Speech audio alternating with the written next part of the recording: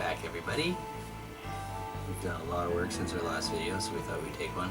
It's getting a little dark, so we'll be quick.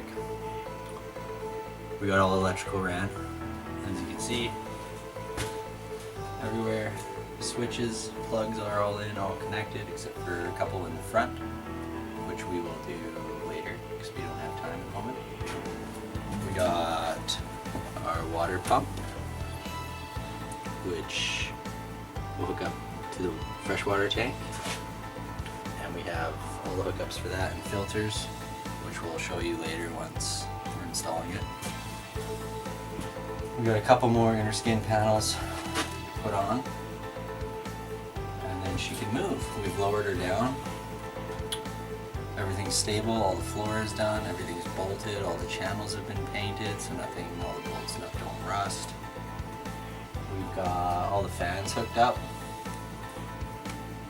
and they work. We have all the DC ran to one of the batteries right now, so we've been using the fans the last couple of days, which has been awesome. It's been 30 Celsius plus.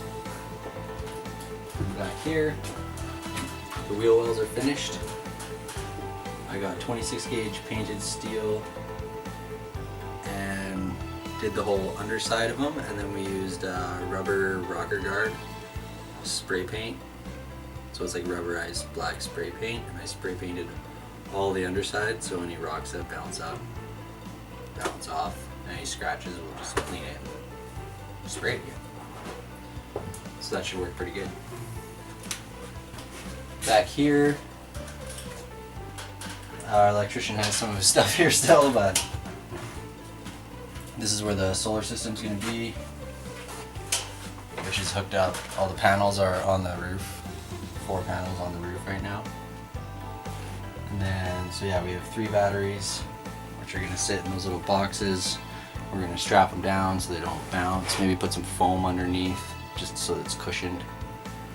And then we have the 2 inverters and the controller, which are going to sit on this stand here, so they're elevated because they get hot.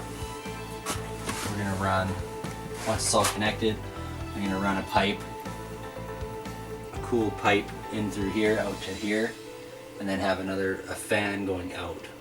And it's all going to be enclosed, and then the fan will be on a thermostat, so when it hits, say, 30 degrees, it'll turn on and it'll cool the whole system, the whole box inside here. So we'll fully enclose this whole area under the bed,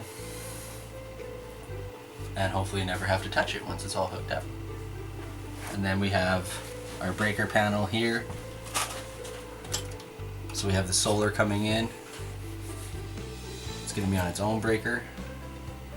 Then we have the DC lines are coming down here into their own panel, because they're not hooked up to the breaker, because DC is direct. You go straight back there to the controller where we'll meet the solar. We'll hook up into here as well. And then the inverters, convert that from the controller, from the batteries, back up to here, where we'll have 2 15 amp breakers and a 20 amp breaker. 20 amp is for a kitchen plug, water pump, and shore power hookup. And the other 2, 115 is for just the fridge, because it's running on its own inverter. And then the other 15 will be for all the other plugs. So it's been a bit of a challenge for that. And we'll have Kurt do a little video tomorrow about all that once it's all hooked up. Nice and clean and pretty. And then we'll have 3 switches down here. So whenever we switch from solar to shore power, we flip them. So then all the AC current will run from shore power, and it won't draw from the inverters. That's the idea. So far it's looking good. It's been crazy. We ran all the wires. Everything's where it needs to be. This thing's ready to move pretty quick to the next place where we're going to finish her off. Thanks for coming.